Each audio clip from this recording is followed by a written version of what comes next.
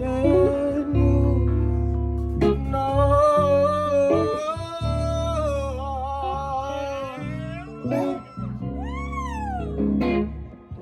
Your body wears your clothes, mirror the way your eyes show your soul. What's up, guys? Heartthrob here again for part 2 of the artist interviews representing the Chosen Collective, presenting the new era.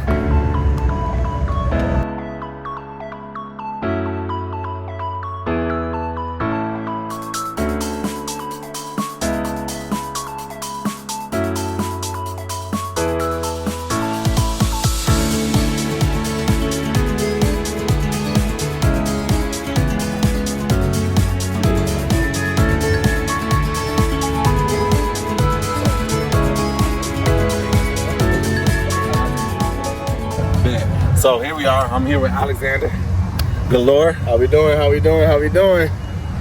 Excited to have you. I'm excited to be here, bro. Excited to work with you. Excited to work with you. We had a good group of artists this last event that we put together. But I'm glad to have a new artist, someone I've never met before. So I'm excited. He showed me a little bit of your music. It sounds like you got a singing voice. I got a singing voice. Yeah. I'm a singer. Yeah, man. I feel like for me, I grew up on soul music, right? Okay. My dad was like this super polar opposite. John Legend, Brian Unite, Wu-Tang Clan. It was like no chill in between. It's like R&B music or like hardcore rap. Yeah, that's it. And so for me, it was like R&B music was that space that me and my dad connected in. And so it was like for me, it almost like that's the most natural kind of music to me. Yeah. You know? And so I've been actually really enjoying making soul music here because I feel like it's something that the community can do. Yes, I agree. I agree. We need somebody to acknowledge what we're all experiencing, but also be focused on not just acknowledging problems, but saying like there are some solutions. Like we are the solution. You know, where I feel like now so many people just acknowledge, oh, look at all these things that are wrong. It's like, okay, but how can we fix them? Like, we don't all want to be stuck in our houses like, man, I hate to be alive right now. And that's kind of how it's felt post-COVID because of how, life changed around. And now I feel like we're kind of starting to get back to it, right? I feel like in general, emotion is being added back to most people's lives. And it's been cool to feel like I can try to be a part of that. I'm kind of like pushing us back towards a good space to be. And I like what you said about like there's problems, but you said we are the solution. Yes. And that's very on brand for what we're trying to push. That's why I Chosen love so much. Yeah. It's like you're the one. You are the one who's gonna fix what's going on. It's like we are the ones. Come on, bro. Come on. Chosen. And so I like how you worded that. Yes. So let's talk about a little bit about your career with music. Yes. Like how long have you been doing this? How'd you get into this? Give me the history of like, where you began. So and how it got to I started making music at 7. Yeah. Started writing my first songs. Then my uncle had started a garage record label. And my dad, I remember we were at my grandma's house and she was like, my dad was like, hey, maybe if you write songs well enough one day he'll sign me.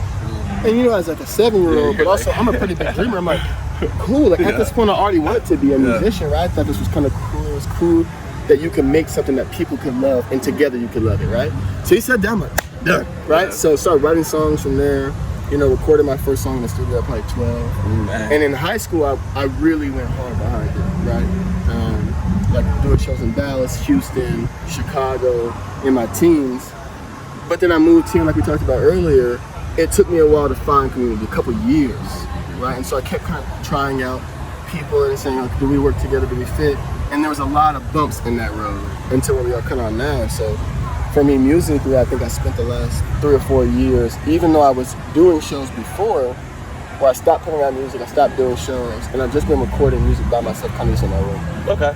And then I feel like I, as a human, developed enough where I was like, okay, I'm ready now. Yeah. I'm ready now to go take another shot at finding community. Yeah. Take another shot putting myself out there. So I think I grew up in the music in a creative space where people were pushing me to try. And I got exhausted from trying and not feel like I was making progress. And I realized that it's because I was focused on some of the wrong things, But also, and I feel really blessed for this, but it's like, in that time period, I actually was able to find a sound that feels real to me. There you go. I told somebody the other day, the coolest experience I've had in the last year since we really got back into it out here was listening to my own music, and it felt in my body how the music I loved as a kid felt. Amazing. It's not that it sounds the same, but it feels. Yes. And I was like, yes, this feels good. Yes. And so that's been a really cool experience. So been here for almost 7 years, but really I would say the last 12 months was the emergence of Alexander Galore and Utah. Okay, bad. And you said a couple things that were very interesting. You just talked about a time period where you just kind of locked up, you know, like just making music in the house, not really doing much outside. But those periods are important. It's like, I feel like it's like a caterpillar. It has to set in that metamorphosis state to become a butterfly. And it's like in that time period you found your sound, and which it sounds like, and you're starting to create music that you said feels like the music that you love.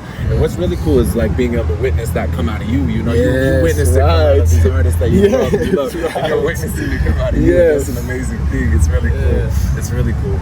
So then, with regards your music career, it sounds like you've been in it for a long time, making music since 7, recording at 12, all the above. Where are you trying to take this? Where you want this to go in the future? What are your plans or goals with regards to music? I feel like for me, music and the art that I create is very connected to my purpose. Okay.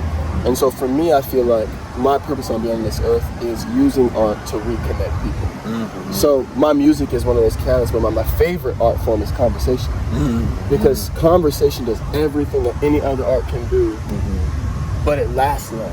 Yeah. You know, you see a piece of art, you watch a movie, you hear a song, it's like, wow, that was phenomenal. Yeah. And you might listen to it for a little bit, but then you'll go to other things. Yeah. But if you have a life-changing conversation with somebody, where not only do you connect, but you both can start to understand other perspectives. Mm-hmm. You know what I'm saying? Really connect on the nitty-gritty details that remind us all that we're all humans. Just trying to figure out how to exist in a world, and hopefully it'd be better when we leave it. You know? And so for me, this is the platform, right? For us, we're trying to build a platform where we can stand on that to reach people where love can be the message. But not the kind of passive love that I feel like I was taught as a child. I feel like as a child I was taught that it's like, oh, you love people like this. You know, and I grew up pretty religious, and so it was like kind of a stricter version of what love looks like, you know. And, you know, it's been kind of cool, especially in the last year or two, to realize that for me it's like, man, love has so many different shapes and forms. But the foundational piece requires active effort. You know, you can't say you love your community, you can't love your friend, you can't love your family, you love your significant other, whoever, and you're not showing up for that. And that was a massive revelation when somebody had gave me that kind of like gem, because I realized it's like, I don't have community right now because I'm not actively, I'm not showing. Who can show up for me if I'm not weird? You need that mutual synergetic energy. And so for me and my brothers, we're trying to build a company that helps facilitate creation. Because it's like the hardest thing for all of us is having the resources to make something you know you can. How many times have you, I'm sure you experienced it. Like you have good ideas, you have something you want to put together. It's like, this is a lot of money. Bridging that gap. Bridging the gap where you say, okay, we've had so many misses as a collective of people. We've missed a lot, right? But now we understand how to move in certain spaces, how to get certain things done, how to get more resources. And so it's like right now I feel like, and this is a product of capitalism, I won't get too deep into that, but you know, people take ownership of your ideas in order to help you. And again, that's not community.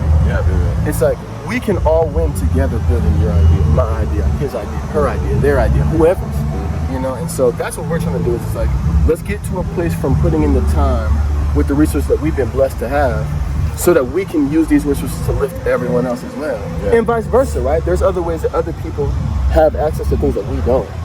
Where it's like, again, that mutual connection of like, I'm giving what I have for no other reason than I want to see other people in too. You know, because this, you know, state of suffering that people talk about a lot is like, we don't have to live that way. We don't have to. And this is like that first step. And a lot of people don't understand that, and it takes a certain amount of enlightened ones that know that, like this reality that we're in, it's like we're creating. We can create other. And I love just how community focused you are. Like when we were walking before you even got in the interview, one of the first things he talked about coming here, he said he felt like kind of lost because he didn't have community. And now it's like even his whole brand, his whole idea, his whole message, everything he's trying to build is centered around community. And so I think that's a wonderful thing, and I think that will take you very, very far. I hope so. So just one last little bit. We're probably running low on time.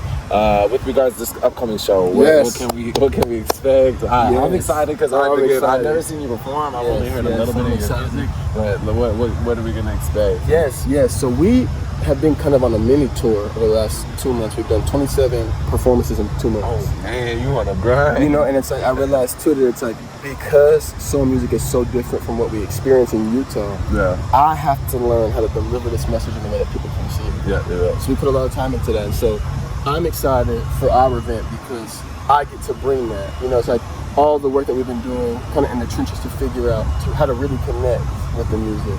So it's not just music, it is our connection, it is our music. And so that's what I think that people can expect. They can expect an opportunity to feel something. Music that makes you can relate to the excitement, the sadness, kind of the mediocrity of life, some of the things that we're all thinking about. And I hope that's what that's my goal. That's what I'm gonna bring to the art show. What you're gonna deliver, make some people feel something. And that's good art, you know. That's what all good art does. That's what all good conversation Come is. on, it makes you feel something. Exactly. Well, beautiful. It's very nice to meet you today. Yes, I'm very excited to work with you. I'm excited. I'm excited for your performance. Hey, again, we're in there October 12th. Come see our boy. We're excited. Yeah, Don't miss it. Don't miss it. We love you. Love you later. Love you.